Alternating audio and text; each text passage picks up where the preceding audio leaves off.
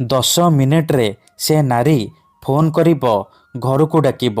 ବିଛଣାରେ ଶୋଇକି ପଢ଼ି ଦିଅନ୍ତୁ ଏହି ମନ୍ତ୍ର। ହଁ ଫ୍ରେଣ୍ଡସ୍, ଆଜିର ଏହି ଭିଡ଼ିଓଟିରେ ମୁଁ ଆପଣଙ୍କୁ ଶିଖେଇବି ଏମିତି ଏକ ମହାଶକ୍ତିଶାଳୀ ବଶୀକରଣ ମନ୍ତ୍ର। ଏହି ବଶୀକରଣ ମନ୍ତ୍ରକୁ ଯଦି ଆପଣ ବିଛଣାରେ ଶୋଇକି ପଢ଼ିଦେବେ, 10 ମିନିଟ୍ରେ ପ୍ରଭାବ ପଡ଼ିବା ଆରମ୍ଭ ହୋଇଯିବ। ବାଧ୍ୟ ହେବ ସେ ନାରୀ ଆପଣଙ୍କ ପାଖକୁ ଆସିବା ପାଇଁ, ଆପଣଙ୍କର ସବୁ ଇଚ୍ଛାକୁ ପୂରଣ କରିବା ପାଇଁ। କେବଳ ରାତିରେ ଶୋଇବା ପୂର୍ବରୁ ବିଛଣାରେ ଶୋଇକି ଏହି ଗୋଟିଏ ମନ୍ତ୍ରକୁ 3 ଥର ପଢ଼ିବାର ଅଛି। ତାପରେ ଦେଖିବେ ଚମତ୍କାର, କିପରି ସେ ନାରୀ ଆପଣଙ୍କ ପାଖକୁ ଆସିବ, ଯାହା ଚାହିଁବେ ତାହା କରିବ। ଏହି ମନ୍ତ୍ର ଏତେ ଶକ୍ତିଶାଳୀ କି 10 ମିନିଟ୍ରେ ପ୍ରଭାବ ପକାଇଥାଏ।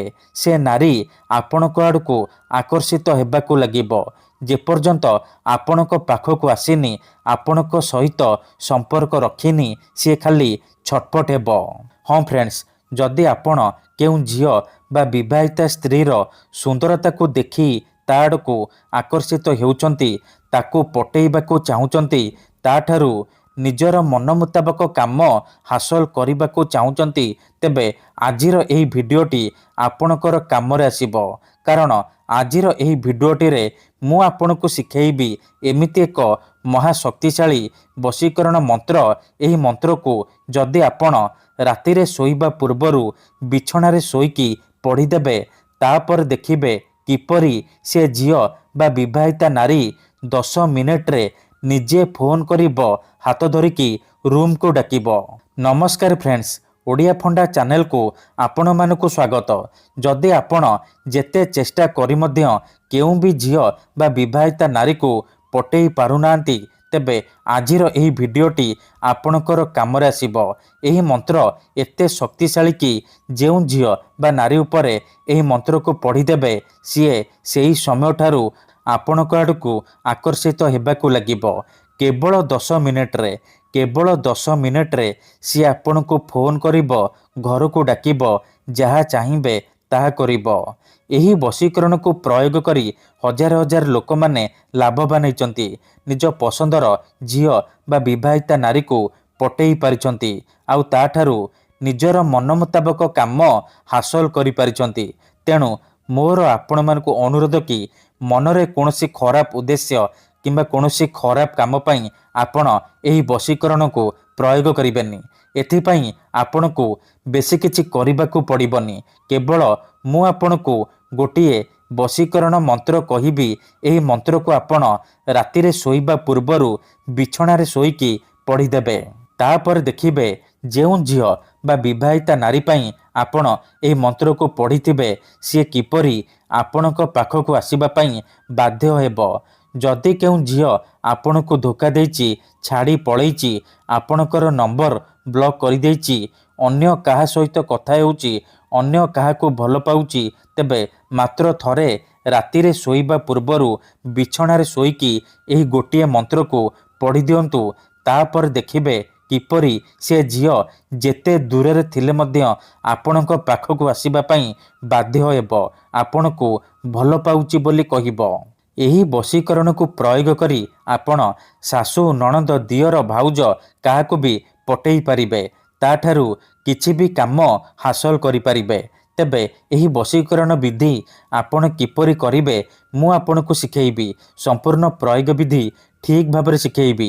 ଜାଣିବା ପାଇଁ ଭିଡ଼ିଓଟିକୁ ମୂଳରୁ ଶେଷ ପର୍ଯ୍ୟନ୍ତ ଧ୍ୟାନ ସହିତ ଦେଖିବେ। ଅଧାରୁ ଛାଡ଼ିକି ପଳେଇଲେ, କାଟି କାଟି ଦେଖିଲେ ଆପଣ କିଛି ବି ବୁଝିପାରିବେନି। ପରେ କମେଣ୍ଟ କରିବେ, ଗୁରୁଜୀ ଆପଣଙ୍କର ମନ୍ତ୍ର କାମ କରୁନି। ଦେଖନ୍ତୁ, ଯେଉଁପରି ଆପଣ ଭଗବାନଙ୍କୁ ମାନୁଛନ୍ତି, ଭଗବାନଙ୍କ ଉପରେ ବିଶ୍ୱାସ ରଖିଛନ୍ତି, ନିଜର ସବୁ ଦୁଃଖ, କଷ୍ଟ, ଅସୁବିଧା ଭଗବାନଙ୍କୁ ଜଣାଉଛନ୍ତି, ଯଦି ସେ ଅସୁବିଧାର ସମାଧାନ ନ ହେଲା, ତାର ମାନେ ନୁହେଁ କି ଭଗବାନ ନାହାନ୍ତି। ସେହିପରି ବଶୀକରଣ ହୁଏ, ତନ୍ତ୍ର ମନ୍ତ୍ର କାମ କରେ, କିନ୍ତୁ ଏହାକୁ ଆପଣଙ୍କୁ ସିଦ୍ଧ କରିବାକୁ ପଡ଼ିବ। ପ୍ରୟୋଗ ବିଧିକୁ ଠିକ୍ ଭାବରେ କରିବାକୁ ପଡ଼ିବ। ତେବେ ଯାଇ ମୁଁ ଆପଣଙ୍କୁ ଗ୍ୟାରେଣ୍ଟି ଦେଉଛି, ଆପଣ ଯେଉଁ ଝିଅ ବା ବିବାହିତା ନାରୀ ଉପରେ ଏହି ମନ୍ତ୍ରକୁ ପଢ଼ିଦେବେ, ସିଏ ସେହି ସମୟଠାରୁ ଆପଣଙ୍କର ବଶରେ ହେଇଯିବ। ଆପଣଙ୍କର ସବୁ କଥା ମାନିବ, ଆପଣ ତାକୁ ଯାହା କହିବେ ସିଏ କରିବ।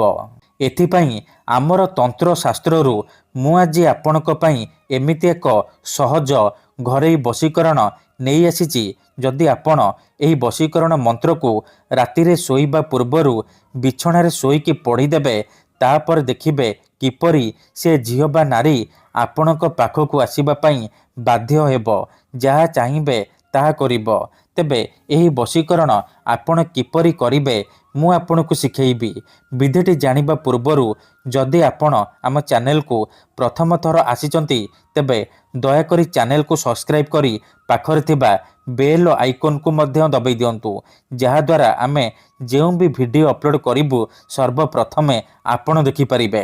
ତେଣୁ ଯଦି ଆପଣ ଏହି ବଶୀକରଣ କରିବାକୁ ଚାହୁଁଛନ୍ତି, ସେ ଝିଅ ବା ବିବାହିତା ନାରୀକୁ ନିଜ ପ୍ରେମରେ ଦିବାନୀ କରିବାକୁ ଚାହୁଁଛନ୍ତି, ତାକୁ ପଟେଇ ତାଠାରୁ ନିଜର ମନ ମୁତାବକ କାମ ହାସଲ କରିବାକୁ ଚାହୁଁଛନ୍ତି, ତେଣୁ ମୋର ଆପଣମାନଙ୍କୁ ଅନୁରୋଧ କି ଆପଣ ଭିଡ଼ିଓଟିକୁ ଶେଷ ପର୍ଯ୍ୟନ୍ତ ଦେଖିବେ।